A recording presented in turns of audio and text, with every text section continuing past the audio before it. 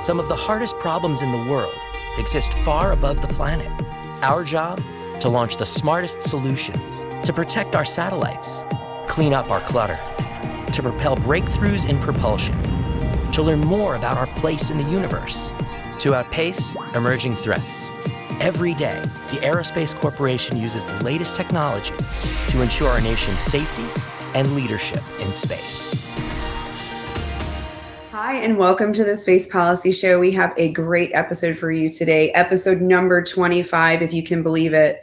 It is about what is planetary protection and why should we care, with Meg Abraham and Bhavya Lal. So as always, please engage with us on Twitter, ask questions. You can find us at hashtag the Space Policy Show, or you can comment in the Vimeo video box below. We have a special guest before we get started that I would like to introduce, and I would say he's no stranger to the show, Dr. Jamie Morin. He is the Executive Director of the Center for Space Policy and Strategy, which, as you all probably know, provides objective analysis and comprehensive research to ensure well-informed, technically defensible, and forward-looking space policy. Over to you, Jamie. Go ahead and introduce our other guests today. Well, thank you, Rebecca, and congratulations on 25 episodes. It's been a tremendous run. Both you and Dr. Joseph Kohler have done a great job bringing in some impressive speakers, and today's no exception. I am really delighted to welcome both a distinguished colleague from aerospace and also a good friend from the Science and Technology Policy Institute at the Institute for Defense Analyses.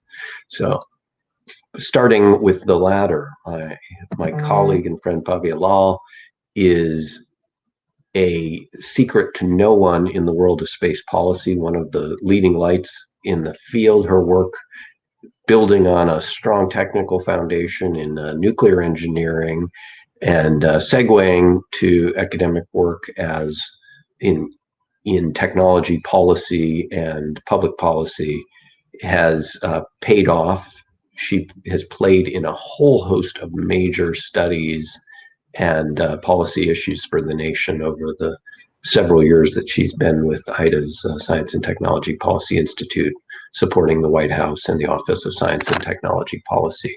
So really delighted to have Bhavya today. We're also delighted to have my colleague, Dr. Meg Abraham, who is one of the world's leading experts in contamination and prevention of harmful contamination, both to planets we're visiting and back to our home planet. Dr. Abrams has spent a career in space and related issues. She started as a member of the staff of the famous Xerox PARC Research Center, where so much seminal work occurred. And she has had 2 stints with Aerospace Corporation, working on a range of critical government programs, providing independent technical advice to the government. She's also been in the space and defense industry, working directly on programs there. So we're really happy to have both of these distinguished scholars and experts. And we hope you enjoy today's show, which is really focused on planetary protection, an increasingly timely issue as we're looking at a whole host of Mars exploration launches in the coming days. Welcome to our visitors, and I wanted to start by introducing our guest expert, Bhavya, and give her a chance to talk about STPI, her institution. Hi, Meg. It's an honor to be here with you. As Jamie mentioned, I work at the IDA Science and Technology Policy Institute, which is an FFRDC similar to aerospace. We conduct policy analyses for sponsors at OSTP, the National Space Council, NASA, and other space departments and agencies. In recent months, we have looked at technology and policy issues related to a lot of really interesting topic areas that I hope we have a chance to talk about at other times. We've looked at asteroid mining, a lunar economy, space nuclear power and propulsion, microgravity R&D, orbital debris mitigation, and of course, planetary protection, a topic I'm super excited to discuss with you today. I have my solar system necklace and my Mars Perseverance rover watch on. So let's go. Well, this is an excellent time to discuss planetary protection because we believe we're just a week away from the launch of the next Mars rover. So that's very exciting. And planetary protection plays an extremely important role in all of the Mars rovers. So before we go any further, can you tell us a little bit about what is planetary protection? Sure. Who does it protect? What does it protect? And how you see it going forward. Sure. So before I begin, let me contextualize my comments. They are based on a report STPI recently wrote. The report was based on a deep dive of the planetary protection and biosecurity literature, as well as discussions with more than 50 stakeholders that included mission operators, planetary protection experts, legal scholars, and biosecurity experts. Shout out to the STPI team, Kara Kavanagh, Jeff Trauberman, Rachel Lindberg, and Max Butcher. So on to your question, the intent behind planetary protection. This is one of the least understood aspects of the topic, so it's a really great place to start this discussion. First of all, planetary protection is not the same as planetary defense. Planetary defense is about preventing asteroids from hitting Earth and causing damage to Earth life. Planetary protection, on the other hand, is partly about protecting solar system bodies from biological contamination by Earth life when we send over missions. This is called forward contamination. The other part of planetary protection is about protecting Earth from possible life forms that may be returned from other solar system bodies, for example, when we bring back samples from Mars. This is referred to as backward contamination. So simply speaking, the intent of planetary protection to avoid the biological cross-contamination of celestial bodies. Now, backward contamination is obvious. We've got just this one planet and we don't want to harm it in any way. But why do we want to avoid forward contamination? That's where things get a little bit tricky and we need to dig a little bit into the history to sort things out. So there's two documents that guide the planetary protection policy of the United States. The first is the Outer Space Treaty, to which the US is a signatory, which means it's a law of the land. In Article 9 of the Outer Space Treaty, there is discussion of harmful contamination. But harmful contamination doesn't necessarily refer to biological contamination. Turns out, around the time the treaty was signed, the height of the Cold War, the concerns were much more about nuclear fallout, physical interference, and other contemporary worries, not biological contamination. In fact, the Outer Space Treaty makes no references to planetary protection. The focus on planetary protection predates the Outer Space Treaty. Our connection to policy is through an international body called the Committee on Space Research, or COSPAR, that represented scientists' views on space. And this started well before the Outer Space Treaty was signed. Fun fact. In the 1950s, we called it planetary quarantine, a term, of course, we are very familiar with in these days of COVID-19, right?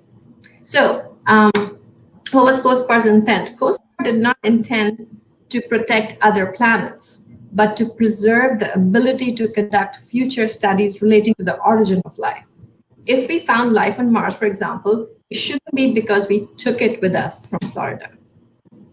So long story short, there's Outer Space Treaty, which talks about harmful contamination, and there is COSPAR policy, which talks about planetary protection. So how did the two get connected? In 2017, the United Nations noted that following COSPAR planetary protection policy would be considered as satisfying Article 9 obligations. I guess one point just to underscore here is COSPAR planetary protection policy is not a legal obligation. COSPAR simply provides guidelines, and following these guidelines is only one way to meet Article 9 obligations, which, as I just said, doesn't even reference planetary protection, just harmful contamination. I hope that answered your question. Well, it's always what a good discussion does. So then if COSPAR is not responsible for planetary protection, is protection within the framework of the United States? In the United States, for government-run missions, NASA is responsible for ensuring planetary protection through its Planetary Protection Office. run by the brilliant, beyond brilliant Lisa Pratt. COSPAR is merely the entity that lays out the policy that countries should follow. COSPAR guidelines typically reflect NASA ones, of course, and vice versa. And in fact, it's important to note that historically, COSPAR guidelines have been updated in response to NASA research. The United States is a member of COSPAR through the National Academy of Sciences. As you know, it's a nonprofit NGO in the United States. For private missions that have planetary protection implications, as in they're going to planets which may or may not have life, now that's an interesting issue to explore. Indeed, if you remember, in 2018, when SpaceX launched its Falcon Heavy rocket, it included Elon Musk's used Tesla Roadster. And a few days before its launch, Elon Musk tweeted, "Falcon Heavy sends a car to Mars." Turns out FAA, the Federal Aviation Administration, that typically licenses private sector launches, didn't really have a process in place to ensure the Roadster was NASA's planetary protection guidelines, or if it even had to. There were last-minute discussions between FAA, SpaceX, and NASA, and approval was given, since it turns out that the car wasn't going to Mars and the tweet was simply a gimmick. But this incident revealed a major gap in our authority to regulate private missions with planetary protection implications. That we have none. Our study found at least 2 organizations planning missions to celestial bodies in the solar system that have liquids that could be habitable for life. And these organizations have little guidance as to what the rules of the roads are. There was actually another fun fact. There was another incident in April 2019. Here, the US government wasn't even aware that the US company that launched an Israeli spacecraft to the moon was carrying these microscopic hardy organisms called tardigrades. The government found out about this unusual stunt together with the rest of us because the American that put them on the lander announced it after the probe crashed on the moon and potentially spilled these critters all over. This was obviously a violation of COSPAR guidelines. There is prohibition against taking biological material to the moon, and their reporting and transparency requirements. Both these incidents reveal the challenges we will be facing as the ever larger number of more diverse organizations do more things in space, which have serious scientific and legal implications. Wow.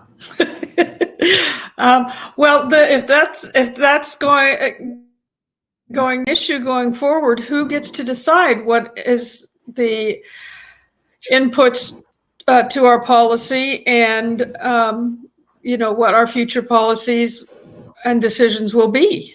For NASA missions to other bodies, it's reasonable for NASA to decide. NASA has had procedures to ensure planetary protection since the days of Apollo. Even if they're expensive, have been violated, and inconsistently applied, NASA has a process in place. NASA also has a process in place to evolve these. For private sector missions, as I mentioned before, it is a bit more complicated. NASA is not a regulatory agency and cannot require that the private sector follow its rules. And there are no regulations in place related to planetary protection, and they can't just be made willy-nilly. For any permanent change, Congress will likely need to be involved. In the near term, as was the case with the SpaceX Tesla, the decisions are being made on a case-by-case basis, and the government agencies are consulting amongst themselves to make sure there is balance between following good science protocol, cost effectiveness, and our international treaty obligations. Well, that sounds like there's a work for you policy people involved there. In the meantime, which programs are currently affected and to what degree? How difficult is this for programs to meet? And what are their obligations under NASA? That's another really awesome question. So any program with missions to any planetary body, whether they bring back samples or not, whether they come from bodies that have life, potential for life or not, are affected by our planetary protection policies, but it's to various degrees. So if you're sending missions to some asteroids, parts of the moon, or deep space in general, you will be bound by rules under what's called in COSPAR speak Category 1. This means virtually no paperwork, just go. When we sent the Parker Solar Probe, for example, to the sun, there were no concerns about infecting the sun. The sun is hot enough to kill everything.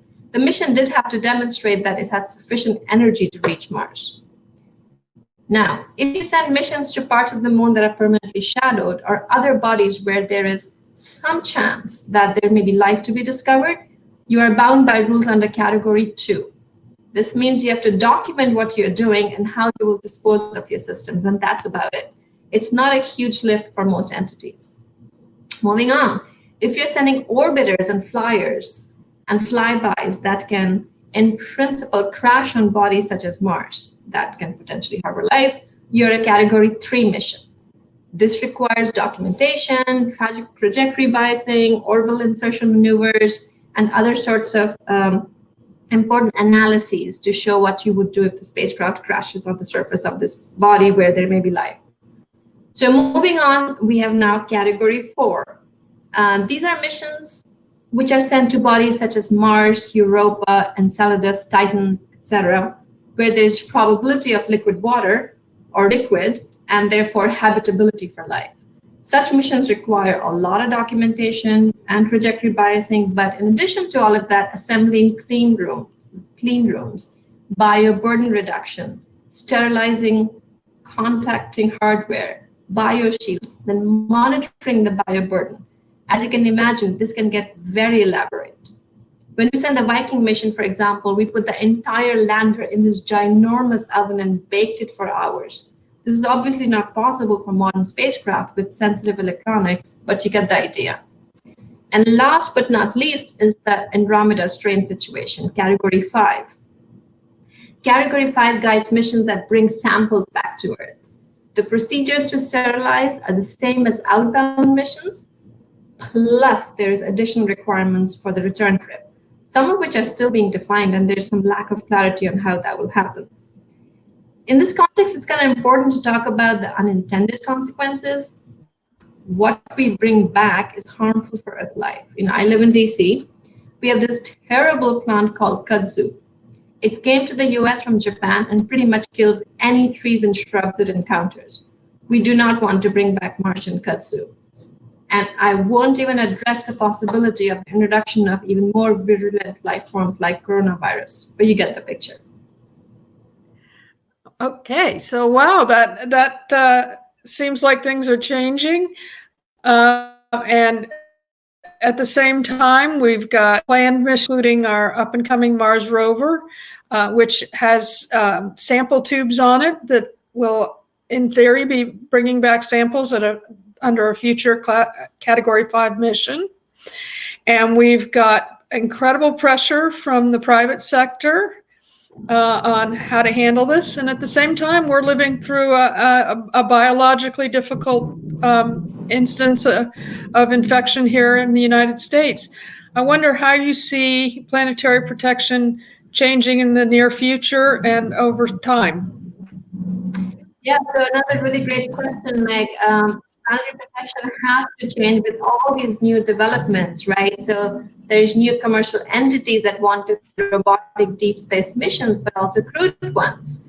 And as we discussed, there's no procedure in place for private entities. Private sector missions tend to be smaller and lower cost, which means they may not be able to afford the expensive procedures required by planetary protection policy. And I hope we have a chance to talk about the costs in a bit. There's more international entities conducting deep space missions. This is relevant because when planetary protection limits were set, they were based mostly on two countries, the United States and the Soviet Union, exploring the space, which is no longer the case, as we know from the UAE HOPE mission that just recently left for Mars. Then you mentioned there is a government and private plan for human missions to Mars.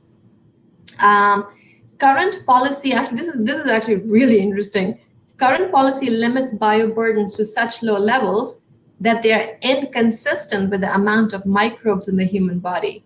A single human body, as you know, carries as many or more microorganisms as it does human cells. And in any case, humans cannot be baked, irradiated, or bathed in chemicals to destroy these organisms, right? Policy would need to change to make this possible. By the way, NASA has plans to take humans to Mars and therefore is working on some changes. So rest easy. Another change that we are seeing is that Government and private actors are planning, not just talking about sample return missions from bodies with planetary protection implications. Remember, to date, we have only brought back samples from the moon and some asteroids and deep space. And our sample return protocols aren't well defined enough to ensure that if life is brought back, it can be contained, especially if it's harmful to our biosphere. And last but not least, because it has cost implications, we have increasingly more advanced cleaning protocols, bioburden detection, and ultimately direct detection of an extraterrestrial life form. These advances haven't been integrated in our approaches and implementation procedures. But I'm back now. And that's a change that needs to happen. Luckily, NASA is investing in many of these areas and needs to continue to stay on the forefront. Wow. Well, that is really important and interesting stuff.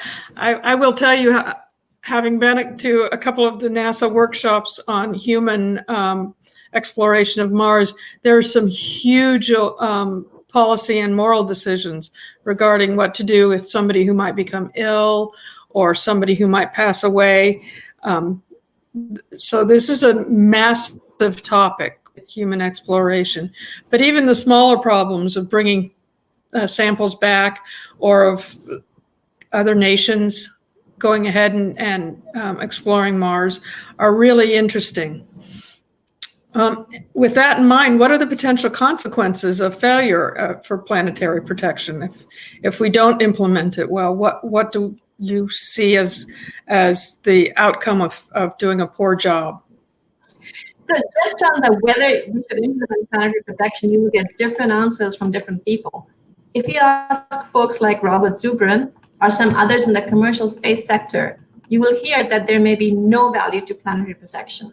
Trying to prevent contamination, they say, is like trying to stop cars on the US-Canada border and checking their trunks for importing Canadian geese, even as there's Canadian geese flying freely back and forth overhead. And then there are those who are on the exact opposite end. George Church, one of the most celebrated biologists of our time, notes that astronauts that go to Mars should not be permitted to return at all unless we have absolutely made certain that they won't bring back contaminants that harm Earth life. So let's just put aside, weather planetary protection, but in terms of sort of consequences, one potential consequence is that we hurt future search for life on celestial bodies. Say, the Mars rover on my watch, that's launching in a few weeks, finds a bacterium E. coli on Mars. How are we to be certain that it's not from the intestine of a Floridian working on the Perseverance rover? What if the currently being planned Europa lander inadvertently carries microbes that potentially wipe out native life in the oceans of Europa? That would be a shame. Now, for missions where we bring back samples or even return humans we send to Mars, for example, we could potentially bring back a microbe that Earth life, including humans, has no immunity against. Think of the colonists that brought new diseases to America and the disastrous effect that had on native populations. I mean, it's important to underscore that these are low probability but high consequence activities, and we need to decide as a society before any damage is done how we address them, and just as importantly, how much are we willing to pay to address them? Well, and there comes our next question. How much does this all cost? Because, of course, when you're building a spacecraft, the big questions are cost and schedule. And I understand from my work that planetary protection imposes a heavy burden on cost and schedule. Well, the short answer is that we don't know, partly because NASA does not report costs of planetary protection, and partly because, and this is kind of important, part of planetary protection is good science practice. So it's just really hard to disentangle planetary protection from other things we are doing to get our spacecraft ready. But there is a longer answer. So we did dig into this a bit, and the national academies that have done, I think, over 27 studies on this topic in the last 50 years or so, they have done some digging on this one too. So the 1975 Viking lander cost about $4.4 billion in today's dollars, or in 2017 dollars, of which about 400 million was attributable to planetary protection, so about 10% of the cost. However, it may not make sense to extrapolate this planetary protection to all missions. Viking was unique and represented the first time strict planetary protection measures were implemented. So anyway, it's still a good kind of number to have. But according to some other experts who spoke to us informally, planetary protection measures add about 14% to the cost of a mission with high planetary protection requirements. Other experts we spoke to said it's about the cost of a single instrument on a spacecraft. Regardless of the actual number, as you said, Meg, cost of ensuring planetary protection is not trivial. And direct cost is only one dimension of the total cost, right? More important than the direct cost of sterilizing spacecraft is this indirect cost. One space expert we spoke to kind of had the perfect quote. The cost of a ball and chain isn't the cost of the ball and chain itself, but what one cannot do because one has them on. So that's kind of something to think about. An example would be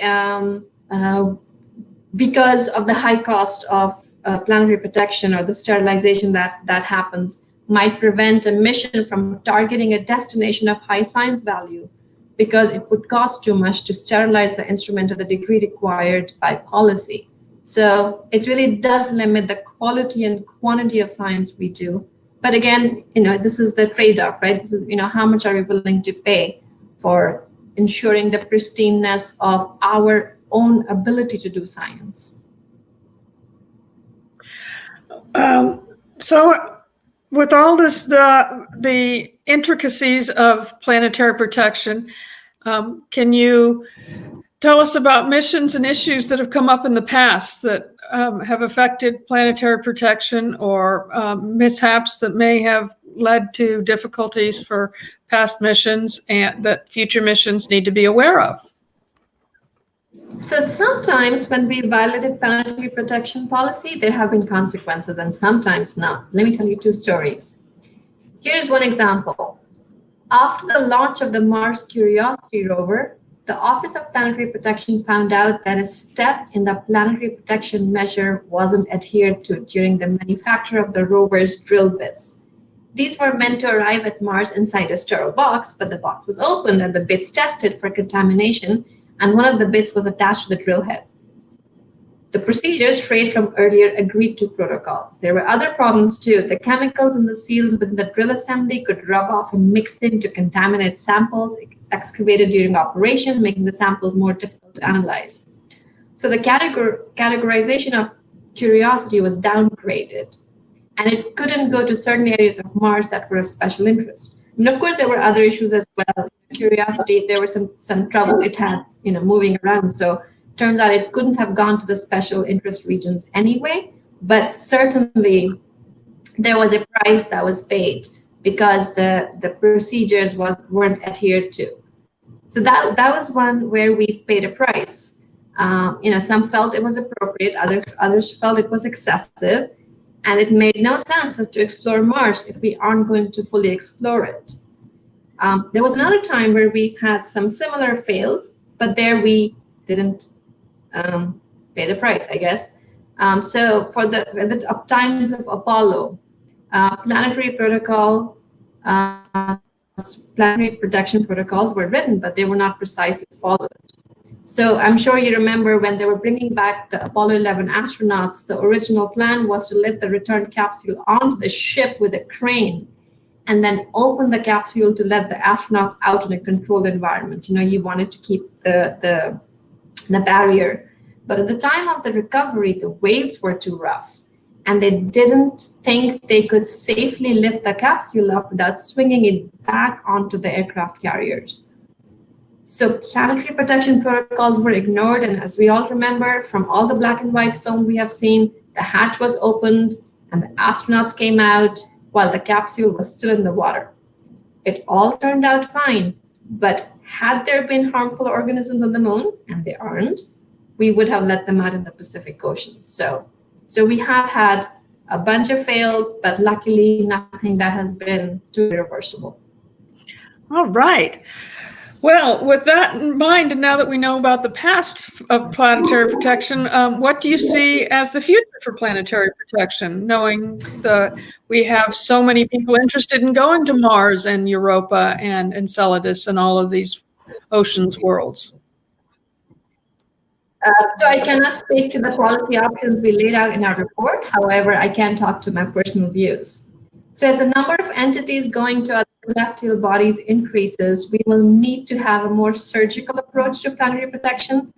Instead of making entire celestial bodies a certain category, just as we focus on special protections for wilderness areas, national parks, and other sensitive regions on Earth, we may demarcate certain parts where we would need to be careful not to contaminate with germs and not have this sort of blanket approach. NASA is actually thinking along these same lines, and just a few days ago released an interim directive that does this on the moon. So that's just terrific. Also, as the number of entities going to other parts of the solar system increases to and includes those that are more cost conscious, there will be a call to make implementation of policy more cost effective. For example, instead of specifying procedures for sterilization, what chemical to use, what should the spore count be, the government may simply ask operators to meet a performance-based threshold of contamination. So the government says, this is how much is feasible. Now stay within that safety box and figure out your own ways to implement the cleaning. Another thing that I think is possible, technology is continually improving, and we may reach a point that we can reduce bioburdens using new technology. We may not need to bake and cook all our instruments.